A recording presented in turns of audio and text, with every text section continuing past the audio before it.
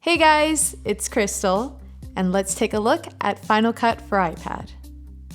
The moment we've all been waiting for is here. Final Cut is officially available on iPad as of this week. Apple announced it a few weeks ago, and now you can subscribe and get Final Cut on your iPad. And I gotta say, I'm an iPad user, but I think this was a missing piece that we've all been waiting for. I feel like this is gonna make me use it so much more now, especially being able to just take my iPad on the go and edit videos. As a Final Cut user, I am very excited for this. Now we have a fresh timeline here, and I'm gonna go back in time a little bit and make the intro that you saw in the beginning of this video. There's a couple of features that I wanna try out on here, like live drawing and the scene removal mask, where you can separate the subject from the background and add text in between, and a few other things. So let's jump into it with the first clip that I shot here into the timeline. Whoop, just like that. It's really cool that you can use the pencil and hover over certain things. Before I duplicate my clip to make that mask, I'm going to just adjust color a little bit here in the video effects, go into color adjustments. And that's what this looks like here. We have all our toggles. Here is like our main adjustments, exposure, contrast. Okay, let's see what that looks like on and off. Yeah, just a little touch of color there. Now, before I go ahead and add that scene removal mask, I'm going to drop my title here and just wedge it right in between my two clips.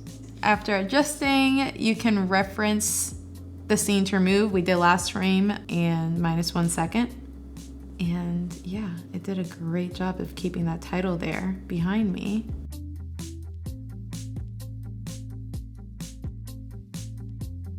There it is, the beginning of our intro.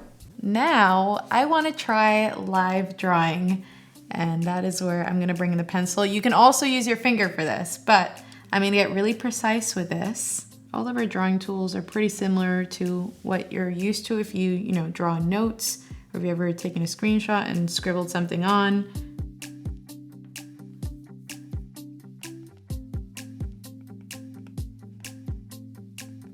So we got our little live drawing clip kind of matched to where I would like it.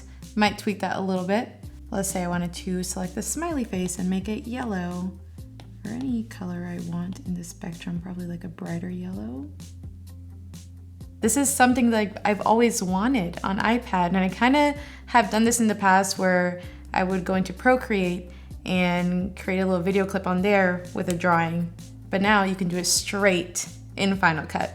Another feature that's also available on this iPad version of Final Cut is Multicam. You can edit Multicam clips on here, so let's go into the Multicam tab and do that. I guess we just go into new Multicam here, select our clips, and since this is my audio clip, I can solo it here, play this angle's audio, and mute the audio of all the other angles.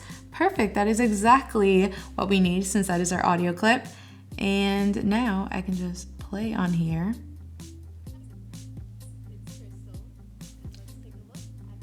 Wow, there is our Multicam.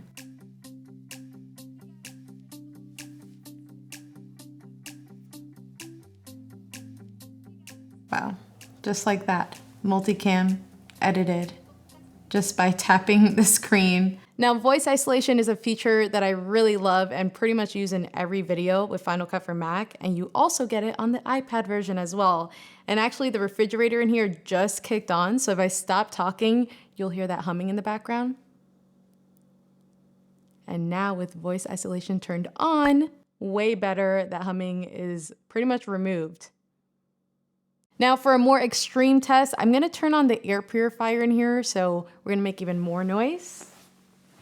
Now this is a pretty extreme example. I probably wouldn't run it this loud while filming a video, but just to give you a good idea of how much it helps, and you never know, those unwanted background noises sometimes kick in while filming, so this is really useful for that. Let's hop into another timeline that I recently started from my trip to Australia. I went for the first time ever, not too long ago, for a friend's wedding, so I thought it'd be cool to just put some of those clips together and make a little project out of it. I have all of that organized here, kind of started messing around with it and looking through my footage, have all my project media imported in here, and also some music tracks. I do have a song that I kind of started editing along with, but I also checked out the soundtracks that we have preloaded onto here. With this soundtrack that I currently have here, at some point it's gonna end in the timeline and I'll have to either get a new track or cut it to make it flow naturally so you don't hear that cut. Well, with these dynamic soundtracks, that kind of takes away all of that work for you. Now you can keep doing this until you need to. Dragging the song will just automatically reformat it to make sense in your timeline. So if I want to make it exactly where my clip ends over here, you'll see it sounds a certain way in the beginning. We can also drag it out and it'll have a completely different start, like a slower start. Or if we make it short, it just gets right into the song. So yeah, dynamic soundtracks are really cool. I really hope they keep expanding on the library and adding more of those in here. But for right now, since I started editing with this track that I imported in, let's continue on that one. So right now in my project here, I have a nice little beginning sequence. I even brought in one of the titles and added that onto there. This lovely clip of Gabby needs a nice little background. I did do a gradient background, but there's also these dynamic backgrounds that you can play around with. This one looks like it could be really cool. Let's check it out. So that's what that looks like with our little background thrown into there. Really cool. Just to continue on with the vibe that I have going on, I'm going to add another gradient background here. Might be cool to combine these clips here. So let's reformat them. All right, drop those in and rescale them with a nice little gradient background, again, to continue on with those colorful backgrounds. And I think I'm going to end it soon after here with this clip of all of us. And with this clip, I am going to add a quick little color adjustment on here, brighten things up just a little bit. Now, if you wanted to position clips out of the magnetic timeline, you can also just turn on position with that toggle there. And there you go, it creates a nice little gap. Now, I did add a title here in the beginning as an intro clip, but that would be cool to also add maybe some lower thirds to pinpoint locations. And just like that, I might add a few more of those towards the end.